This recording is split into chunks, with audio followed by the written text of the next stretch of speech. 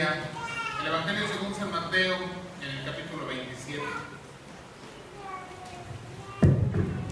Y se ponga de pie para que leamos juntos los versículos del 41 al 47.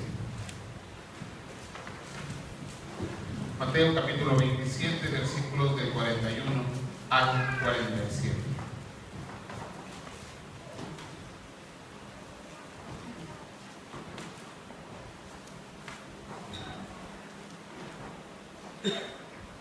Leamos juntos esta porción de la Escritura. De esta manera también los principales sacerdotes, escarneciéndole con los escribas y los fariseos y los ancianos, decían: a otros salvó, a sí mismo no se puede salvar. Si es el Rey de Israel, descienda ahora de la cruz y creeremos en él. Confió en Dios, líbrele ahora si le quiere, porque ha dicho: soy hijo de Dios.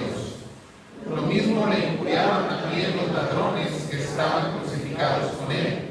Y desde la hora sexta hubo tinieblas sobre toda la tierra hasta la hora novena. Cerca de la hora novena, Jesús clamó a gran voz diciendo: Elí, Elí, lama sabactani. Esto es: Dios mío, ¿por qué me has desamparado? Algunos de los que estaban allí decían al oírlo: a Elías y a ángeles. Tome su asiento, por favor. Hasta este momento se han compartido ya las primeras 3 palabras de nuestro Señor que fueron pronunciadas en esa cruz que en estas 7 palabras se convierte en el púlpito de nuestro Señor, en el último mensaje que deja para todos y cada uno de nosotros. Ahora me corresponde a mí tomar la 4ª de estas palabras. Esa 4ª palabra que se da precisamente en medio de la oscuridad, después de esta oscuridad profunda y silenciosa que ha durado ya 3 horas. Y escuchar este proclama de nuestro Señor desde este púlpito, que es la cruz del Calvario, de una manera fuerte y clara, diciendo así, según el Evangelio de Mateo: Dios mío, ¿por qué me has desamparado? Yo no sé usted, hermanos, pero a mí me llama profundamente la atención que esta palabra se dé en una condición totalmente distinta de las primeras 3. Las primeras 3 palabras se dan al principio de la crucifixión. Las primeras 3 palabras son los primeros momentos del Señor en la cruz. Pero después hay un silencio y la palabra nos narra de unas tinieblas profundas, obscuridad sobre la tierra durante 3 horas antes de esta palabra, de este pronunciamiento de nuestro Señor Jesucristo. Y llamándome esto la atención porque están profundamente conectadas las tinieblas y el silencio con esta palabra de nuestro Señor. Debemos preguntarnos por un momento cómo es que sucede esta oscuridad. ¿Cómo es que el sol se oscurece de una manera tan profunda que es tomado por aquellos que están alrededor y unido a esta 4ª palabra de nuestro Señor? Sin embargo, cuando pensamos en esta oscuridad que se ha interpretado generalmente como un eclipse o también como profundas y grandes nubes negras que tapan completamente la luz del sol, nos presentan algunas dificultades. Si dijéramos en primer lugar, bueno, este es un eclipse de sol, tendríamos un grave problema. Cuando checamos el calendario judío, nos damos cuenta que la Pascua judía era el día 14 del primer mes. El día 14 del primer mes, luna. Esto nos coloca la luna como una luna llena. Y los eclipses no se dan en lunas llenas, sino solamente en lunas nuevas. Entonces hay un cambio totalmente distinto. No puede ser un eclipse natural, no puede ser un eclipse normal, aunque hay historiadores, y más adelante lo voy a comentar, que dicen que efectivamente fue un eclipse. Sin embargo, es un eclipse totalmente antinatural. No es algo que suceda de una manera natural en la tierra. En segundo lugar, si hubiesen dado las condiciones en ese día para que se hubiese colocado la luna entre el sol y la tierra durante ese momento de la pasión de nuestro Señor, la oscuridad no podía haber durado 3 horas. Usted ha visto eclipses solares, duran 2 o 3 minutos. Es el tiempo en el que se desfasa nuevamente el sol de la luna y vuelve otra vez a verse su luz sobre la tierra. Sin embargo, la palabra nos dice que desde la 6ª hasta la 9ª hora, desde desde las 12 hasta las 3 de la tarde, exactamente cuando el sol está en su mayor brillantez, hay oscuridad total sobre la tierra. Pero en tercer lugar, también tendríamos que ver que aunque se diese la conjunción del sol y la luna y la tierra para que se diera un eclipse, aunque pudieran durar 3 horas los eclipses, no podría ser que ese eclipse se viera en toda la tierra, como se menciona en la palabra. Y sin embargo, sucede que volvemos a tener que afirmar que esto no es un eclipse natural. Quienes sostienen que la palabra de los evangelios se refiere solamente a la tierra como la tierra de Palestina y no al mundo entero, va a ser refutado por muchos escritores, historiadores del primer siglo, de la primera mitad del siglo, donde se da el sacrificio de nuestro Señor Jesucristo. Hay un hombre llamado Dionisio, que se conoce como el Areopagita, quien en su carta a otro hombre llamado Policarpo declara que estando en la ciudad de Heliópolis en Egipto, a muchos kilómetros de distancia de Palestina, él mismo vio este eclipse y sintió esas horrorosas tinieblas. Flego, un historiador griego gentil, no creyente, no judío, dice: en el 4º año de la 22ª Olimpiada tuvo lugar el eclipse más grande y extraordinario que haya jamás ocurrido, pues a la hora 6ª la luz del día se truncó en tinieblas de noche, de modo que las estrellas aparecieron en los cielos. Testimonio de gente que no estaba en Palestina y que no eran creyentes judíos. Luciano, mártir de la iglesia, da testimonio de estos acontecimientos antes de ser creyente, diciendo: mira en los tiempos anales y encontrarás que en el tiempo de Pilato desapareció el sol y el día fue invadido por tinieblas. Y Tertuliano, uno de los padres de la iglesia, en su Apologeticón, y Pablo Orocio en su historia, también afirman que la oscuridad fue sobre el globo entero, que totalmente se dio la oscuridad, pero llama la atención algo interesante. Afirman que se veían las estrellas. O sea que había una oscuridad, no de nubes, sino efectivamente el sol perdió su luz. Esto no podemos explicarlo científicamente. No hay forma de que la Tierra sobreviva sin sol. Al menos eso dice la ciencia. Pero sabemos que la Tierra fue puesta por el Señor y que Él puso el sol como luminaria y que Él tiene el control del universo y que Él hace lo que a Él le place, porque Él es el que tiene el control de todas las cosas. ¿Cómo entonces podemos solucionar estas dificultades para creer que un eclipse se diera en estas condiciones?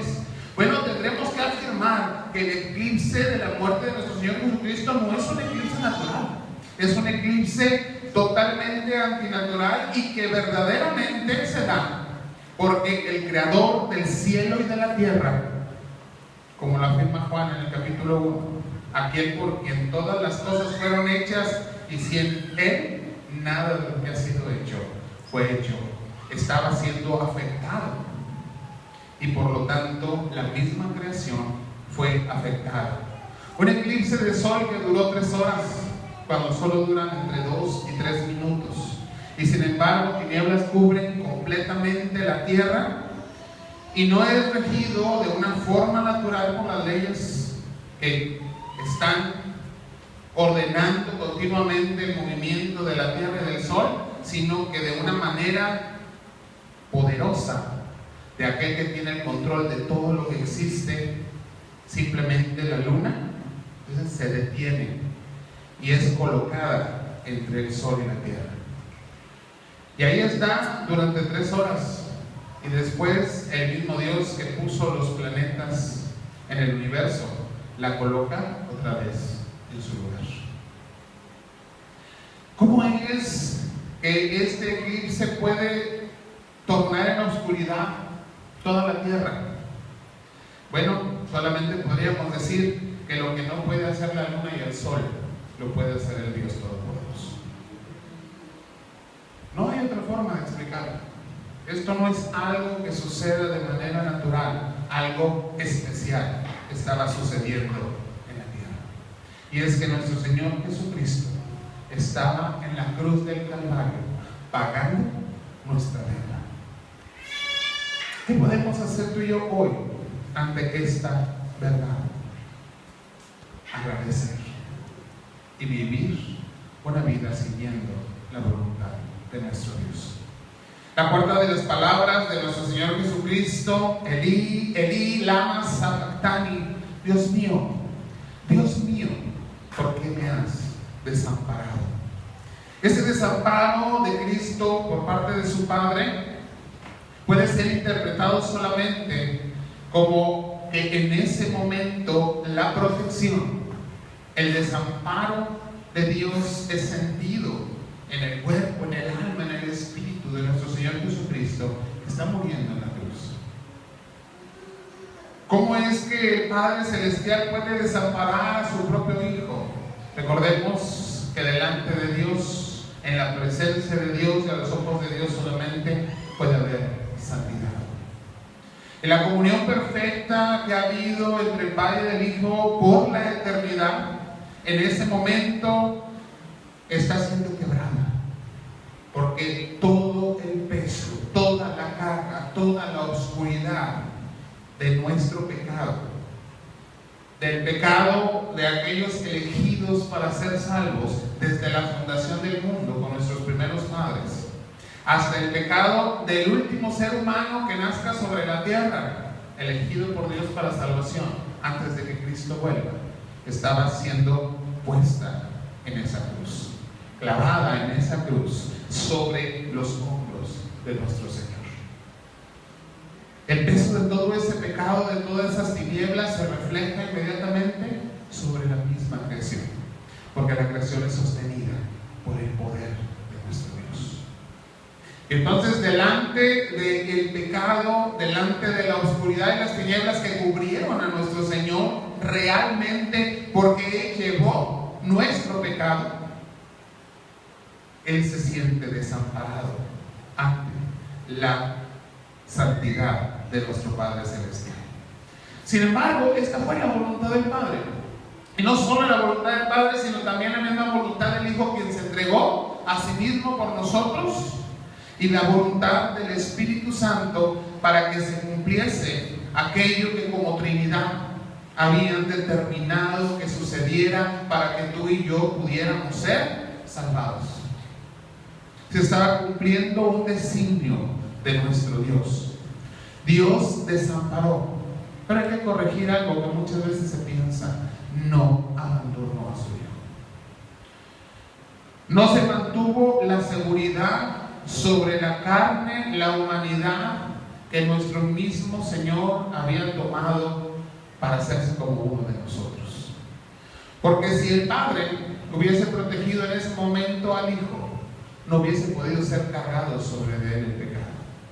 La santidad hubiese sido mantenida, pero en ese momento toda nuestra falta estaba sobre de él, y ese fue el precio. Por eso decimos: Jesús pagó mi deuda. Ese fue el precio de nuestro pecado que Isaías afirma fue sobre él, para que tú y yo tuviésemos paz, para que tú y yo tuviésemos esa reconciliación con nuestro Señor y Padre. Esa redención solo podía darse en estas condiciones. No había forma de que fuese de otra manera. Por eso nuestro Señor decía en el Getsemaní: Padre, si es posible que pase de mí esta copa. Y sabía, no que iba a padecer físicamente.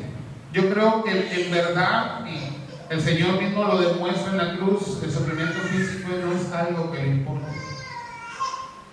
Pero el sufrimiento que había de padecer, porque su santidad sería cubierta por nuestro pecado, por nuestras tinieblas, eso sí le duele profundamente. Si es posible que pase de mí esta copa, pero ¿qué dice el Señor? que no se haga mi voluntad, sino la tuya. En esa cruz, desde el tiempo de los profetas, es afirmado que el Cordero iría al matadero, pero delante de sus trasquiladores cerraría su boca y quedaría enmudecido. El Señor no se queja de los judíos que lo entregaron, no se queja de los que gritan crucifícale, no se queja del juicio falso delante de Pilatos, no se queja de la condenación de Herodes, no se queja de los soldados que lo golpean, no se queja de los soldados que lo injurian y que lo escupen, no se queja de la crucifixión, mantiene silencio, no gimió, no gritó, no dio ningún signo de sufrimiento, pero ahora cargando nuestro pecado, porque es necesario que muera con nuestro pecado en él, para que nosotros seamos salvos, porque la paga del pecado es muerte. En esa condición, y para que nosotros podamos entender y podamos recordar la gracia de Dios, que da a su propio Hijo para satisfacer la ley, para satisfacer la justicia divina. Y recordemos el valor del precio de nuestra salvación. Es en ese momento cuando el Señor dice: Dios mío, ¿por qué me has desamparado? No son palabras de alguien que acusa, no son palabras de alguien que reprocha o se queja. Son las palabras de alguien que declara la inmensidad del sufrimiento que está cargando sobre sí. Un sufrimiento que no le correspondía, un sufrimiento que él no se ganó, un sufrimiento que él no generó, sino que tú y yo lo generamos. Pero él decidió tomarlo sobre sí mismo para darte y para darme salvación. No olvidemos nunca este sufrimiento. Sin embargo, el sufrimiento de nuestro Señor y la muerte en la cruz de nuestro Señor no es motivo de luto, no es motivo de tristeza, sino debe ser el mayor motivo de gozo de nuestra vida. Porque como lo dice el profeta Isaías, por su llaga hemos sido tú y yo sanados. Si Él no hubiese llevado el peso del pecado sobre sí mismo, no podríamos ser salvos. Pero ahora somos justificados por la fe en Cristo Jesús. Ahora tenemos paz para con Dios por medio de aquel que se entregó a sí mismo por nosotros y sufrió sentir el desamparo del Padre por la carga de nuestro pecado.